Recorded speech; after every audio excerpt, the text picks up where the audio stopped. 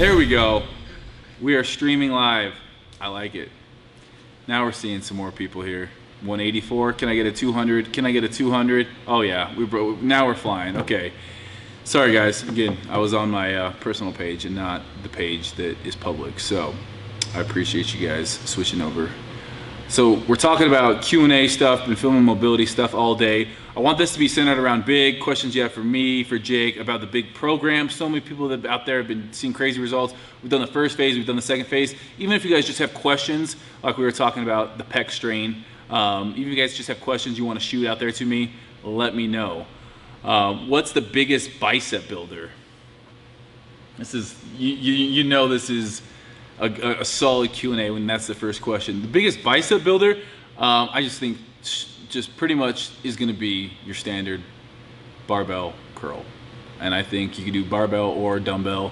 And for me, but again, your biceps are something that you really should be looking at it from a variety of different angles and really where you're weak. You know, do you have a weak bicep peak? Do you need more mass? So what do you think? Jake's got massive pipes, so we're gonna ask him here.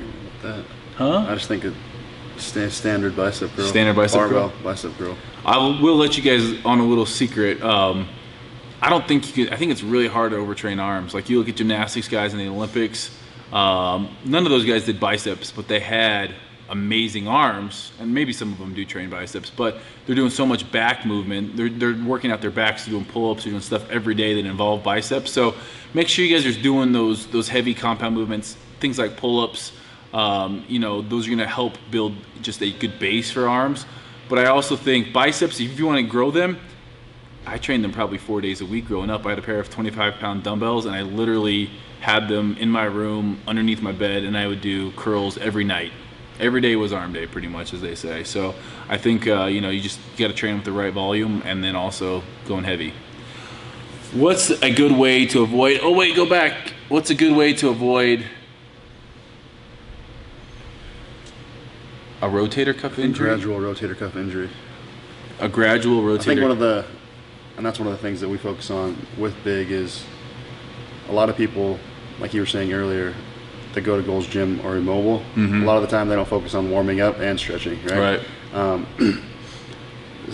Especially warming up, right? So we do a ton of, so naturally, if you're pressing a lot, right? If you want a big chest, you're pressing a lot, you're gonna be working your internal rotators. A lot of people don't put the same amount of effort into their external rotators. And that's one thing that we try to hammer in the Big program in our warm-ups, just a variety of external rotator movements. Yeah, well, and just adding on to that, if you guys are, you know, and I'm one of those guys, going into the gym, all I cared about was getting bigger, you know, stronger bench press.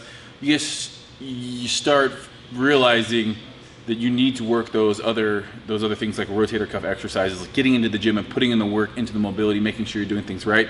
Otherwise, injuries and things like that will catch up to you. Yeah. How big of a meal do you recommend before a morning workout, if at all?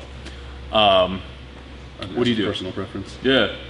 I like to get something in me. So typically, I've been training at 7 a.m. every day, and I get a meal in me around 6:15, and it's usually either just egg whites and oatmeal or just a shake and oatmeal. And again, it's probably 30 grams carbs, and I get about 30 grams protein, and I go train. What do you do? It depends on your goals too, right? Yeah, it's true. Like if you're trying to gain muscle, then you definitely should probably eat a meal. Right. And you should always have basically like a high pool of amino acids to pull from in your bloodstream at all times, right? So you want to be eating all the time. Lately for me, I mean, I'm big enough for my goals, yeah. So sometimes I just don't eat when I wake up. And it really is dependent upon, are you trying to lean out? Do you have the calories? I always like to get something. I never train. I never like to weight train on an empty stomach, meaning like wake up fasted and go train. I always like to get something in me. If I'm gonna wake up and just do some cardio, sometimes I'll wake up and just do BCAAs. So, good question though.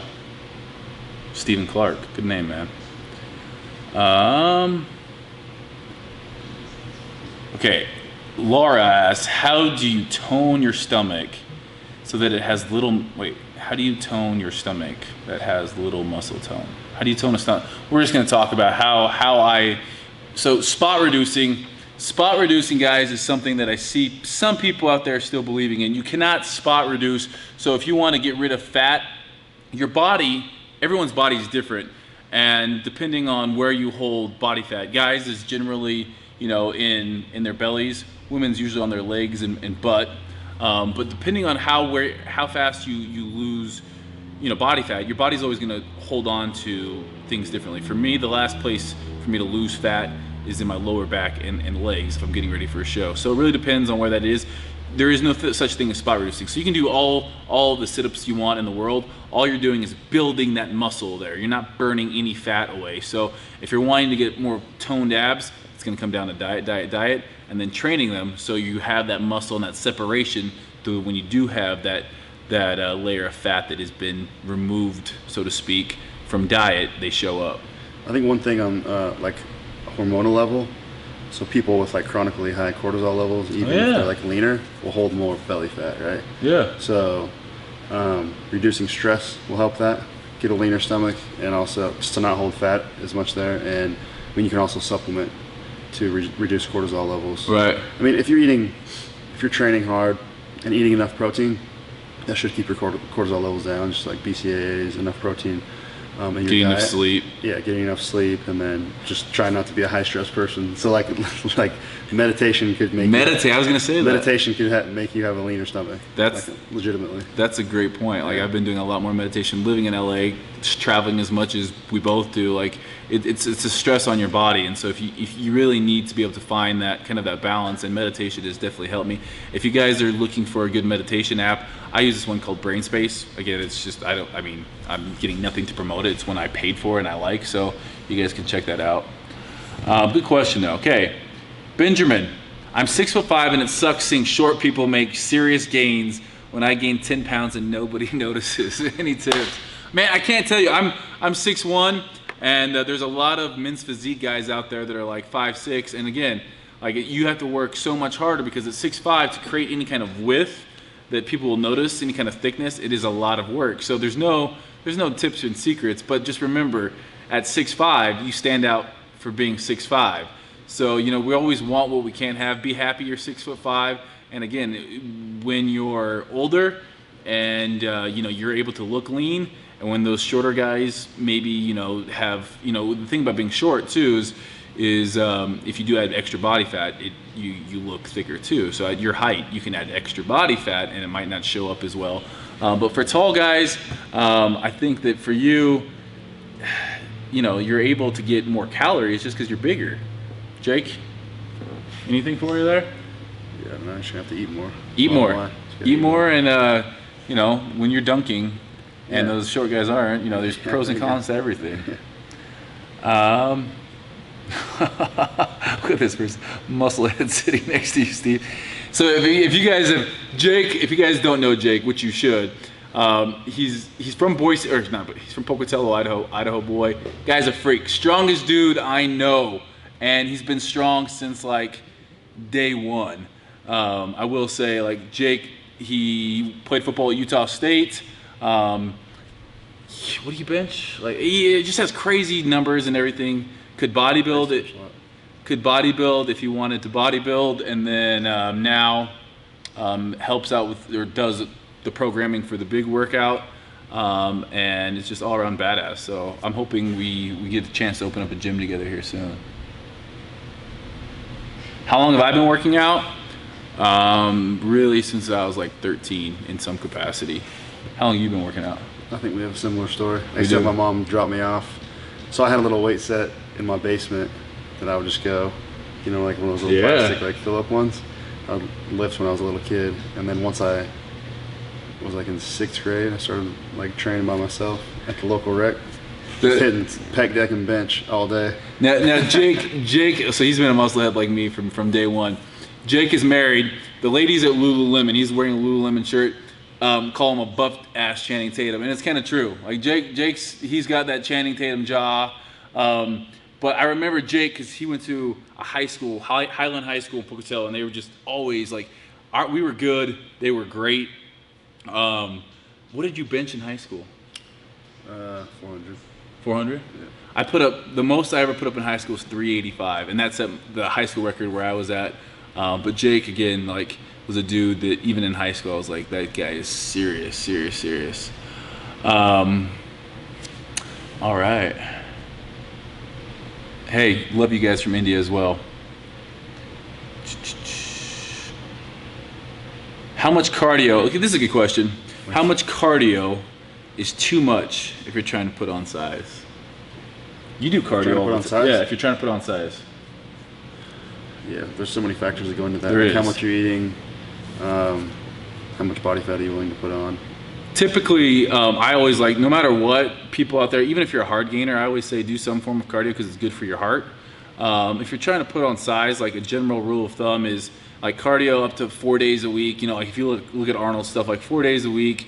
You know, after that, you know, it can start being counterproductive. You know, there's a lot of different factors out there. I feel like, you know, do what you, if you like cardio, if you like, you know, feeling fit and have a good cardiovascular system, just bump up your calories. If you're trying to get lean, obviously, it's the type of cardio you do too. Like HIIT stuff is going to be a lot more demanding on your central nervous system. You probably can't do as much of it as you could like lifts. Also, if you have any injuries, like if you have a knee injury, you're probably not going to be doing HIIT stuff as much as you are doing lifts. So I would say, you know, start off doing maybe 3 days a week as a good kind of medium, and then go from there depending on your goals. If you know, there's only, you know, you don't want to over diet, and that's where cardio comes into play. If like you're getting ready for a bodybuilding show, you can definitely over diet. So there comes a point where you don't want to limit food anymore, and that's when you bump up cardio. I think one thing too that people that are trying to bulk and they stop doing cardio is great for recovery. Yeah. To improve your workouts throughout the week, right? So I think bailing on it completely is definitely not a good idea. Yeah. I've definitely, and you just feel sloppy, like in the gym, in between sets. It's hard to recover for sets, stuff like that. Yeah. I never, you know, you just feel like a waste of flesh, in my opinion. How important is leg day? I don't even know if I'm going to answer that question. Leg day is the most important day of the week. Seriously, most important day of the week. You just have so many positive hormonal responses that come from leg day. Anything you want to say on that? How important is leg day? It's the only day that matters. Steve, will we ever do the Olympia again? I'll never say never, but I'm not planning on it. I got way too many things. Let me get real talk real fast. Competing is great. Don't get me wrong. Jake just got done doing the CrossFit Games. The dude's like 240 pounds. He looks like he could step on a physique stage and just absolutely crush it. But the thing is I was just talking to a buddy that competed the other day. And when you do something like a competition, for me, there's a lot of negative things in there because you stop enjoying it. You stop enjoying working out because becomes a job, so tunnel vision. So I'd much rather like stay functional, stay happy, do my bodybuilding stuff, do something like a Spartan race, travel the world, live at a healthy body fat, but maybe not get down to 3%. I wouldn't mind competing one day again, but it's not on my radar right now just because I think that there's so much more out there that I want to accomplish outside of that. And it kind of pisses me off because sometimes on social media, people will be like, Steve, you're not as lean as so-and-so or so-and-so. And it's like, guys, my goals right now are totally different. You know, I'm getting back to trying to be strong, trying to be mobile, trying to be flexible, trying to be able to run. Getting back to being an athlete again. And I feel like, you know, if I just wanted to go into the gym and I didn't care about mobility or I didn't care about, you know, being functional or anything like that, I could get big and, you know, but that's not really what it's about for me. I love doing what I do, and this way I stay in a very healthy place with my fitness.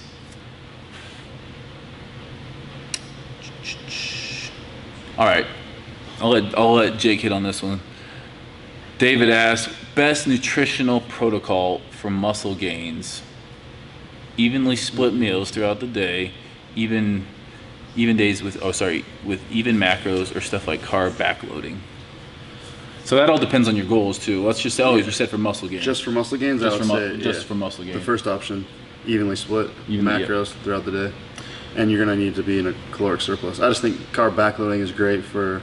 I mean, that's really designed for somebody that doesn't have the time to plan out every single meal, and they can get away with like just eating super low carbs as long as they're hitting some protein and then kind of eat their carbs at night, and they can still stay lean, but it's not really like a bulking or muscle gaining diet. Right.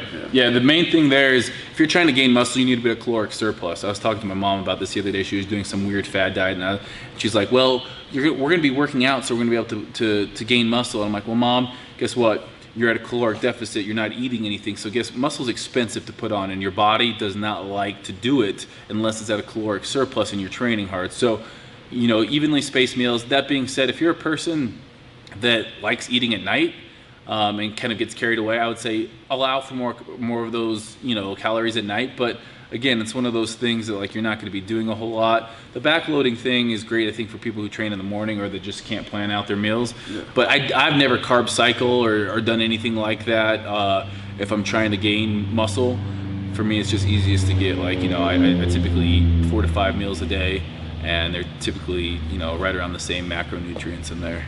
Yeah.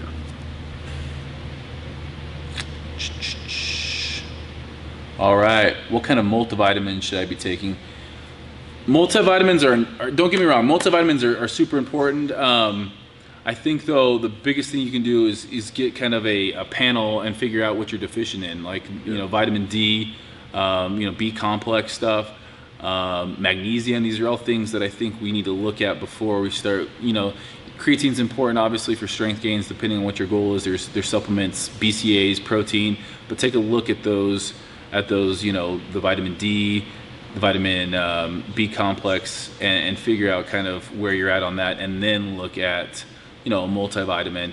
That being said, I definitely think a multivitamin that's going to be, you know, good for your joints. So maybe some CLA or fish oil, and then Optimin's a good one. I'm actually, cross your fingers, I don't even know if I can announce this, I'm in the works with coming out with some of my own products with Optimum, and I'm trying to make sure that I get a good multivitamin out there.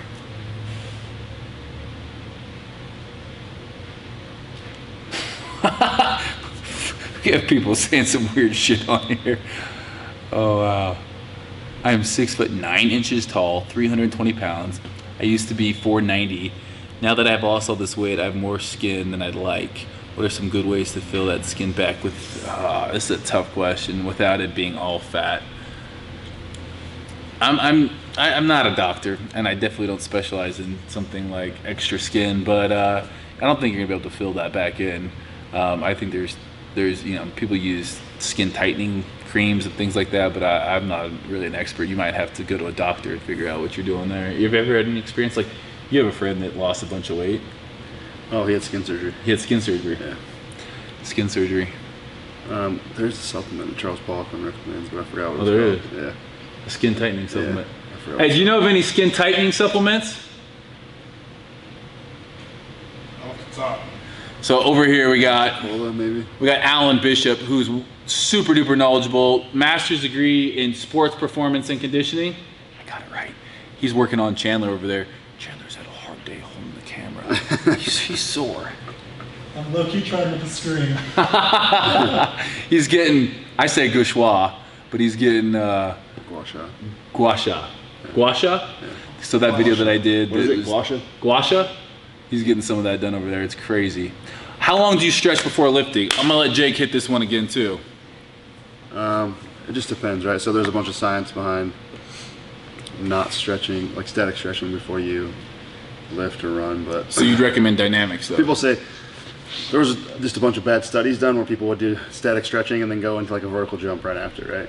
But so if you static stretch, then warm up dynamically and then do a vertical jump, your performance is just as good, right? So it's basically just personal preference. I like to stretch for like about 15 minutes on my legs before I warm up my legs and then get into a leg day. But I just like to be able to comfortably get into all range of motion that I am going to be hitting that day before, and like stretch into it before I try to do it. So do you include foam rolling and like that's part of your stretching, right? Yeah, so I'll start foam rolling, then I'll try to open it up, and then I'll do a dynamic warm up, and then I'll get into the lift. Gotcha. And with the big program, we've started including a lot more of that dynamic stretching, and just like even for me on leg day, doing the circuit beforehand of like drop squats, and also those things are dynamic stretching. They're really designed to get the hip open, and that's where I'm tightest is my hips. So doing that hip stuff, I've noticed a big increase in mobility in those hips, which is also what we're filming today. That's the biggest thing. People don't spend enough time opening their hips up. Yeah. And that's kind of what we filmed today, a lot of mobility stuff for the hips and stuff like that. Because if you have a mobile hip, it's going to be easier to do everything. Lunges, you can take a lot of pressure off your knees, things like that. So I think that's where most of the time should be spent, opening your hips, glutes, things like that. Definitely notice even people doing squats, you know, their hips being tight, start forcing their knees to come in, and just gets all sorts of bad. So make sure you guys are taking time and stretching those areas. But yeah, it's one of those things that the big program is we wanted to do it for so long because there's so many people. I'm getting all crazy here. There's so many people in the fitness industry that just sell these cookie cutter programs. I teamed up with Mike and Jake. Both of them have their master's degree in this type of stuff. And so I came to them with the bodybuilding side of things and what I knew, and they obviously have so much knowledge that it's unlike anything out there that people are doing. And I just feel like it's only the tip of the iceberg, if you will, on what we're going to be doing in this thing. What do you do about muscle imbalances, i.e. left bicep bigger than the right? Noticeably big different. I would say I would definitely stick more to dumbbells than I would barbell work or than machine work. And I'd probably only go, if one is stronger than the other, I'm only training the weakest one or up to the weakest one standard. So I'm not going to go, I'm going to do a dumbbell curl, and if one side can only do 35s and the other side can do 45, I'm only doing 35 with each arm until that weak arm gets brought up. I might even add in a couple extra reps for that one, but really I think it comes down to typically you're doing, you're not isolating that side like you should be. You're, obviously one side is doing a lot more of the work. Anything you would do for that? No, I think that's pretty much it. How could you be sponsored by Gymshark? I don't know. They came to me. This is a new Gymshark shirt. Hopefully I'm going to be doing a line with Gymshark. Maybe we'll see. We got some business to take care of. I don't know. I think that Gymshark's pretty cool. I like what they're behind. Halfway through my 3rd round of Modern Physique. Bro, congrats. Time to graduate to that big program. Modern Physique is solid. It was kind of the really simplest form, but the outline was very similar to Big.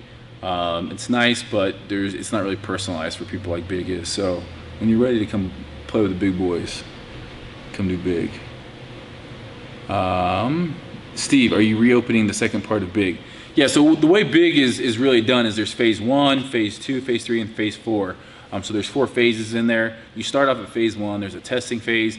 We relaunch phase 1 for new people every 3 months. So the next time we're launching it is going to be mid-October. So make sure you guys stay tuned for that. Okay, this is a good one. Hey Steve, my question to you is about somotype. Ectomorph.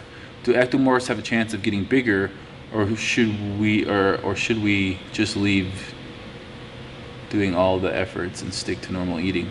If y'all are ectomorphs, you need to concentrate on making sure the eating, number one, first and foremost, but also again, it's not a bad thing. It just means that later on you're probably gonna be able to still eat more in life and not gain weight like other people, but probably want to control how much cardio you're doing. I would keep it no more 3 or 4 days unless you really love cardio. And then your training, I would keep it heavy. I wouldn't be doing 20 reps on things. I would concentrate more on strength training and hypertrophy training if you want to get bigger. I think one tip, this is what helped me. Like I struggled gaining weight forever. So you can get on a macro plan, have a structured macro goal because a lot of guys, they just can't eat enough food, right? And they have a hard time. If you eat a big meal in the middle of the day, then it's gonna be hard to eat again, right? So you stay on a structured macro plan, and then before you go to bed, like literally just eat whatever you can, until you're about to puke. Yeah, as much as you can. I like that. Peanut butter. I also look at like super dense food. Like I always would do. For me, when I was trying to gain weight, I'd always eat, and then I'd get a shake in between meals. So I'd get my normal stuff and shakes because they're a lot easier. Like you can drink calories a lot more easily than chewing them. Like, it's something to actually eat food, whereas drinking, you can get extra calories. So like drinking your calories, whether it's serious mass or pro complex gainer, and also like just some every now and then just having some dirty food if you're an ectomorph. Enjoy it. Pizzas and things like that. All right, moving along. Wow, we had so many questions. I'm from Colombia. Manuel, he's from Colombia, going through divorce. How did bodybuilding help me through this process? It gave me an outlet when I was going through my divorce. It was one of those things that I kind of, it was looking back, I wasn't ready to be married, obviously. And when my wife kind of left the relationship, it was one of those things that was hard.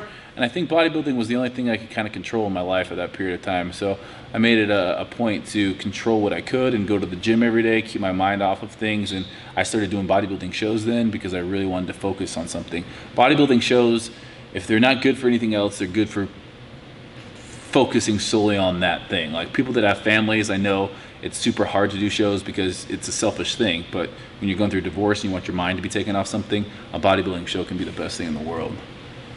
Is there such a thing as overtraining a muscle? Is there such a thing as overtraining a muscle multiple times a week? I don't know exactly what that means so far. We're going to keep on moving forward. Big program for everyone, or is it directly towards men? I love this question. Do you want to answer it at all? You can answer it. All right. So big is not. It stands for building greatness, and what we're doing with big, and the name again, building greatness, big. How did we get big from that? There's a kind of a way when you look at building greatness. It's an acronym. But no, it's more for about mentally, you're building greatness in your life. So it could be losing weight, it could be for women, it could be for men, it could be for whatever your goals are. It really depends on your eating habits. And then also, like, if you're looking to build muscle, it's no different from a girl than it is for a guy. Like, and the perfect thing I think is looking at people like athletes. Athletes are trained the same way, dependent on sport to sport, whether they're male or female. Like, female swimmers don't train differently than male swimmers. If you're looking to gain muscle or if you're looking to gain strength, you got to train the same. Yeah, I agree. Solid? Yeah. I don't know. What is that one? Okay. Have you ever gotten a paper cut on your hand while dusting off the obliques? These questions are amazing. What will big phase 3 look like? Do you want to go there? Or should we just let them have to wait and see? Wait and see. Big, we're going to release a video for all the... Yeah, we're shooting videos now for these new phases. Everyone that's on phase 2. But you know, if you're not on phase 2, you don't be worried about phase 3. I don't know if you were. I think he's on phase 2. Was he? Yeah. Okay. I didn't even see who that was. Okay, we're gonna do one more question. Okay. From New Zealand, Kristen from New Zealand. Is it good to do high reps one workout and low reps the next workout for that body part? Yeah, definitely. It's all about intensity, right? So low reps, you're going to go heavier weight. That's more strength building. And then high reps are obviously more muscular endurance. Hypertrophy would be more in the middle rep range, right? So like 8 to 12 reps, really like 6 to 14. But that's basically how, I mean, I'm sure you train year round, right? Yeah. You're not just hitting the same rep ranges all the time. No, and I think the biggest thing is following a program. So for the longest time, I played football, followed programs, got into bodybuilding, followed a specific program. And then what I did is I was like, well, I'm kind of where I want to be. And I didn't have a program, so I was just coming to the gym and just doing kind of whatever I wanted, training off feel. And that works for a while, but what happens is, you know, you get busy, and all of a sudden there's no systematic approach to gaining muscle or to doing whatever your goal is. And all of a sudden you're very complacent in the gym. You're not trying to beat what you did last time. So whatever it is that you're doing, a program comes into play when you're trying to progressively overload and get better at something. So I definitely recommend following a program. It takes the guesswork out. So you're going to go into the gym knowing exactly what needs to get done, rather than being like, well, it was going to do that, but that guy's on it. And so I think it's fine. Like once a week I go in and like on Sunday, if I don't have, you know, if I've had a hard week, I might take a day off, or I might go in and work on stretching. I always have a day that I leave open to do whatever I want, but I know what I'm doing those other days of the week. I'm following the big program right now. I'm on phase 2 with everyone else, and there's days that I feel like I could do more, but I know the programming. You got to believe in the programming, and it's always switching up the reps. We're switching up, you know, we're working off 1 rep maxes, and I really think that that's where kind of a program. I mean, really big is like a periodized program, right? Right. So our goal is to get people as strong as possible, get them explosive, get them fast. It's like basically a full athlete, right? Like how we would train an athlete, but at the same time, so here's my thought on it. So at big, we start off doing things like tempo work that the rep range might seem in the strength, but really it's more in hypertrophy because we're controlling the tempo, controlling the eccentric, the lowering phase of the lift.